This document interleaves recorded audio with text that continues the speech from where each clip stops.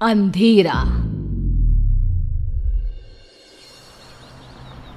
कृपया ध्यान दें। दिल्ली के द्वारका सेक्टर 26 में एक पुराना मकान खाली पड़ा था। आसपास के लोगों का कहना था कि 5 साल पहले मकान में रहने वाला खुराना परिवार रातों रात अचानक गायब हो गया और फिर कभी कोई उस घर में रहने नहीं आया। लेकिन आज सुबह से ही वहाँ चहल पहल थी। किसी मिश्रा परिवार ने घर खरीद लिया था और मिश्रा जी का बेटा अतुल और उसकी नई नवेली पत्नी कविता वहाँ रहने आने वाले थे। सुबह के वक्त अतुल और कविता घर में पहुँचते हैं। अतुल, घर की साफ सफाई तो बहुत अच्छी से हो गई है। हाँ, देखकर लगता नहीं कि 5 साल से बंद पड़ा है। हाँ, लेकिन इतने दिन से कोई इसे संभालने क्यों नहीं आया? अरे कविता, इस मकान के मालिक का कोई अता पता नहीं, कहाँ चले गए कोई नहीं जानता। तो फिर आपने घर को किससे खरीदा? मकान मालिक के कोई दूर के रिश्तेदार हैं, बहुत कम पैसों में बेच रहे थे तो मैंने खरीद लिया। जानती हो ना, दिल्ली में जमीनों के भाव कितने हो गए हैं। हाँ, लेकिन कोई गड़बड़ तो नहीं है ना? नहीं बाबा, ऐसा कुछ नहीं है। अतुल बाथरूम में नहाने जाता है और कविता किचन में। तभी उसके हाथ से स्पून गिर जाती है। जैसे ही कविता स्पून उठाने के लिए नीचे झुकती है, उसे किचन की शेल्फ के नीचे किसी की आंखें नजर आती है। कविता चीख कर बाहर की तरफ भाग आती है। अरे कविता, कविता क्या हुआ? अरे तुम ऐसे चिल्ला क्यों रही थी? क्या हुआ? वहाँ अलमारी के नीचे कोई है। अतुल नीचे झुककर देखता है और घबरा के पीछे हट जाता है। मैंने कहा था ना, कुछ है वहाँ पर। अतुल, चलो हम यहाँ से चलते हैं। तुम भी ना कविता, वहां कॉकरोच है और कोई भूत नहीं है। एंड आई नो तुम्हें कॉकरोच से कितना डर लगता है। अतुल, मैं सच कह रही हूँ, वहाँ कॉकरोच नहीं बल्कि कुछ और था। किसी की आंखें। मुझे डर लग रहा है, मैं यहाँ नहीं रह सकती।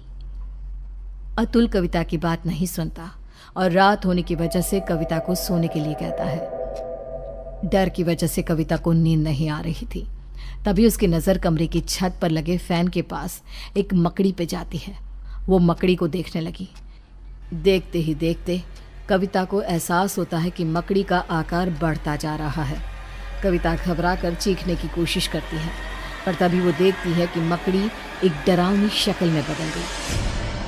अतुल, उठो, वो देखो। क्या हुआ कविता? तुम ठीक तो हो ना? क्या हुआ? वो देखो अतुल, वो कौन है? एक छोटी सी मकड़ी, और कौन? इस घर में कुछ अजीब है अतुल, हमें यहाँ नहीं रहना चाहिए। ऐसा कुछ नहीं है, बेकार में डर रही हो तुम। अगली सुबह ब्रेकफास्ट के टाइम पर। कविता, आज मैं ब्रेकफास्ट नहीं कर पाऊंगा, मुझे बहुत देर हो गई है। प्लीज अतुल, कुछ तो खा लो। देखो, मैंने नाश्ता टेबल पर लगा दिया है। प्लीज कविता, तुम फ्रिज में रख दो, मैं निकाल कर खा लूंगा शाम को, ठीक है? Okay, bye. अतुल ऑफिस चला जाता है और कविता किचन में काम करके जैसे ही बाहर निकलती है तो देखती है कि डाइनिंग टेबल पर एक बुजुर्ग औरत और एक आदमी बैठ के ब्रेकफास्ट कर रहे थे। कविता ये देखकर खौफ से भर जाती है। कौन है आप लोग और यहाँ क्या कर रहे हैं?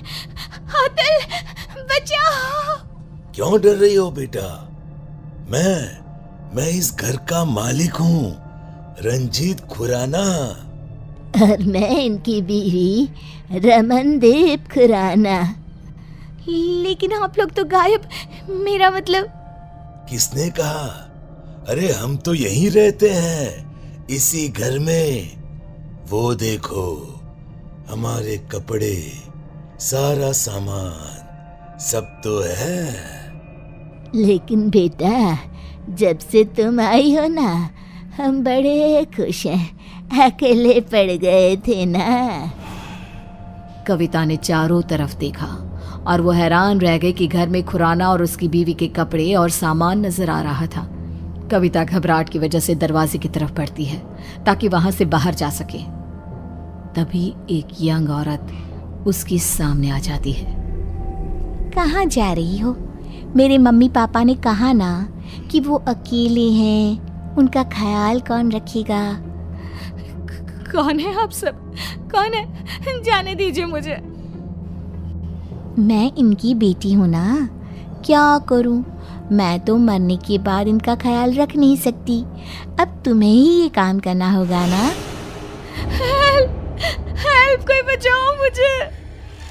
कविता भागती है और अपने कमरे में जाकर एक कोने में बैठ जाती है। पूरा दिन वो एक जगह बैठी रहती है। शाम को 5 बजे अतुल घर आता है और कविता को ऐसी हालत में देखकर परेशान हो जाता है। क्या बात है? अरे तुम यहाँ ऐसे? तुम्हारी तबीयत खराब है क्या? क्या हुआ? वो अतुल खुराना और उसकी बीवी यहाँ इस घर में।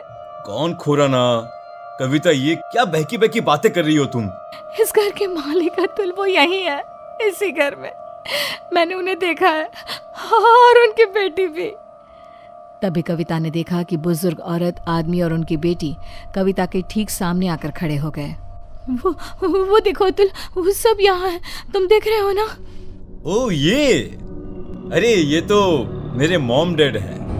इनसे डरने की क्या जरूरत है? चलो अब उठो, डिनर बनाओ सबके लिए।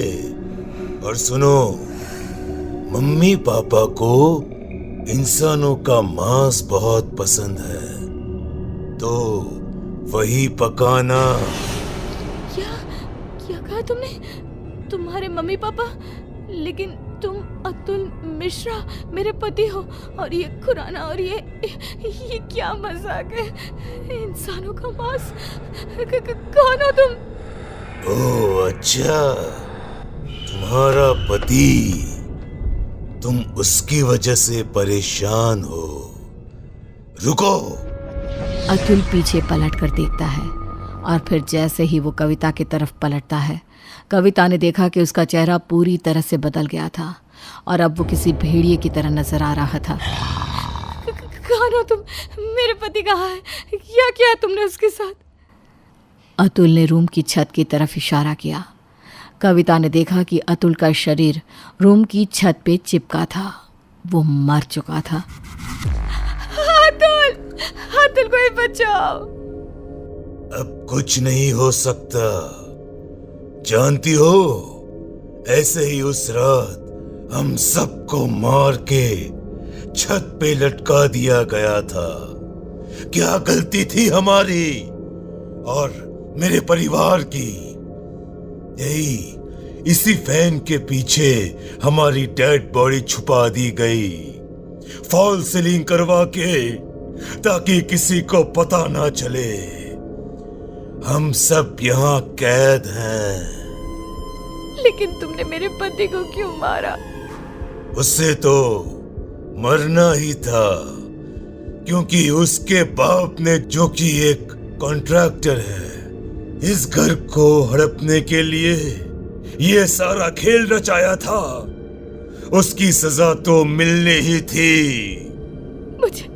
मुझे जाने दो। मैंने तुम्हारा क्या बिगाड़ा? नहीं, अब तुम हमेशा के लिए यहाँ कैद हो। हमारी भूखी तड़पती आत्मा को संतुष्टि करने के लिए एक जिंदा इंसान का इस घर में होना जरूरी है। और अब से ये काम तुम करोगी। किसी को पता नहीं चलेगा कि तुम कभी यहाँ आई भी थी।